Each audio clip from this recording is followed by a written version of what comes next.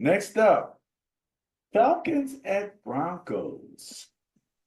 Biased score of only 2.2, Benny, and it favors the Broncos. No? Broncos got the bias. Okay. Deservedly so, I would think. The Broncos defense is sitting in fourth place in average points against, even after one bad hiccup against the Ravens back in week 9 when they gave up 41 points. So that tells you how good the Broncos defense has been playing. After that game against the Ravens when they gave up 41 points, they quickly regrouped, took a trip to Arrowhead to play the Chiefs, division rivals, and they tried their best to sick the dogs on Patrick Mahomes, especially when the Chiefs' starting left tackle got hurt and they had to replace him with a rookie. They really turned up the heat. They kept it close. They made the Chiefs work for everything that they got. Bo Nix threw for 215 yards, 2 touchdowns. He had no turnovers. Bo Nix is having himself a very nice season. Down 16-14, Nix drove the Denver offense to the Kansas City 17, where they ran the clock and set up for the winning field goal. But the Chiefs blocked it and walked off with the win. Sheesh. Nail biter. Now, Falcons, they certainly put up numbers that should have translated to a win, but looks like they got ambushed by the dreaded new head coach bump that we talked about before for the Saints. Even though Cousins threw for 306 yards and the Falcons turned out 181 yards on the ground, those are winning numbers. Bijan Robinson had 116 by itself and 2 touchdowns. Atlanta missed out on several scoring opportunities. Cousins threw 1 interception. He threw 0 touchdowns. They had a couple of costly penalties. And when I say costly, I mean, Jones, they couldn't come at the worst times. And they had 3 drives that ended on missed field goals. I think one was wide left, one was partially tipped, and one doinked off the upright. And their kicker's really good, the guy Koo. So that was a bad day for him. And they ended up losing 2017 to New Orleans. I'm sure the Falcons will play better, but there's something about that Broncos defense, man. I don't know. And they're going to be home in Mile High, which always makes it tough on other teams. It's going to be outside. Falcons are a dome team. Blah, blah, blah, blah. I'm going with the Packers. Packers. Going with the Broncos and going with the bias. Going with the bias, going with the Broncos. All right. Uh-oh. Seahawks at my beloved 49ers. Bias score of 8.6 favors the Niners as we being the Niners, start to get our players back again. Ah, yes. Niners running back Christian McCaffrey made his season debut.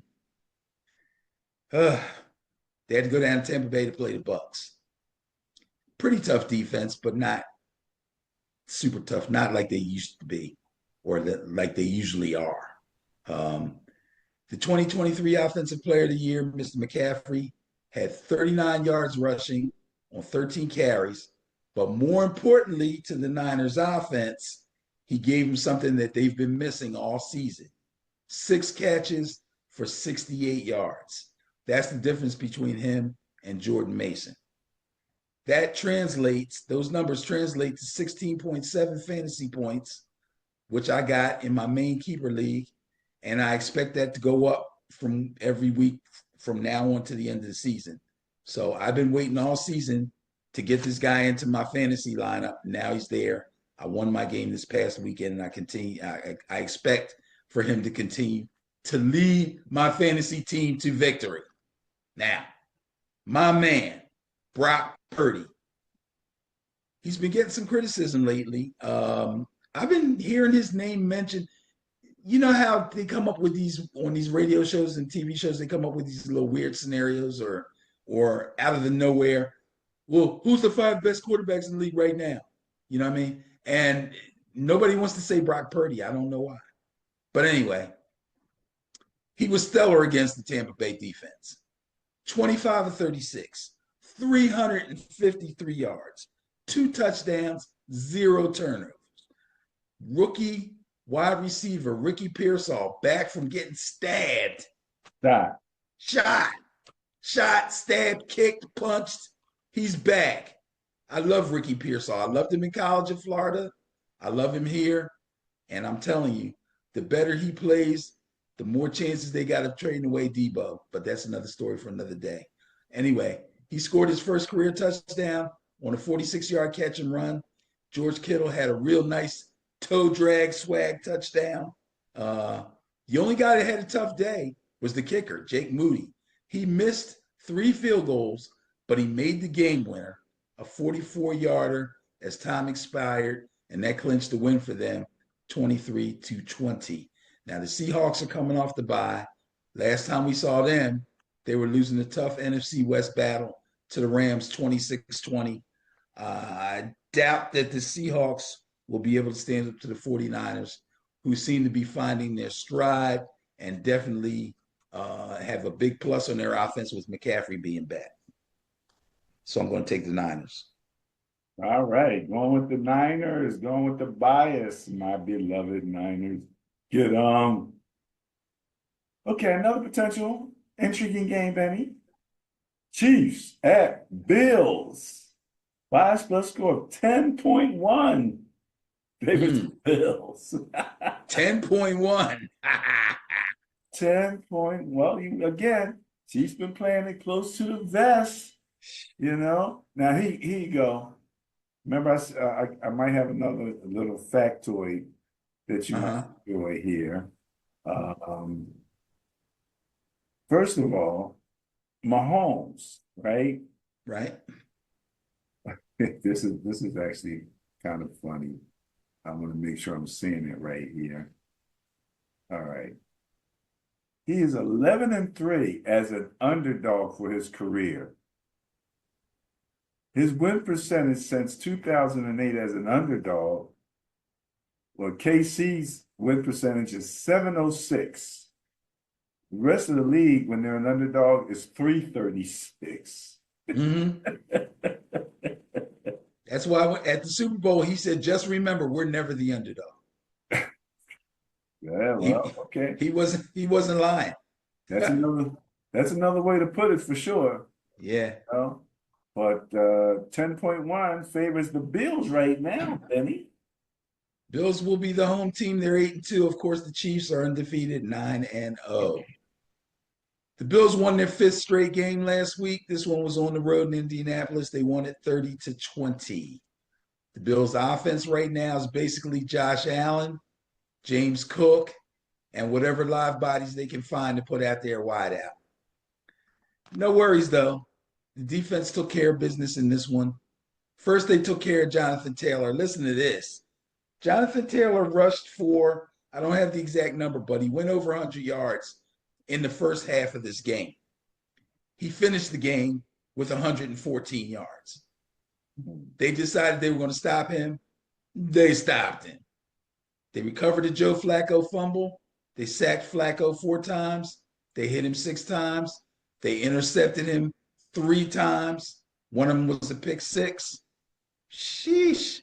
They never had a chance. Now, the Chiefs. And Ben, it's not like Flacco needs the money. Out there. No, he loves football. Oh, I was watching somebody who was in the league and has since retired was talking to Flacco about how long he was going to play.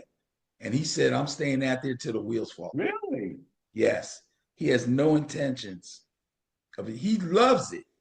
He said he still loves it. He loves the locker room. He loves the competition.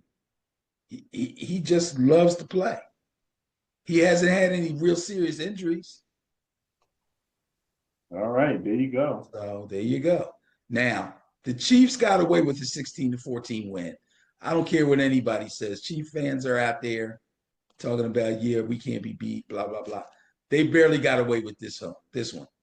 Mahomes was harassed all day by the Broncos defense.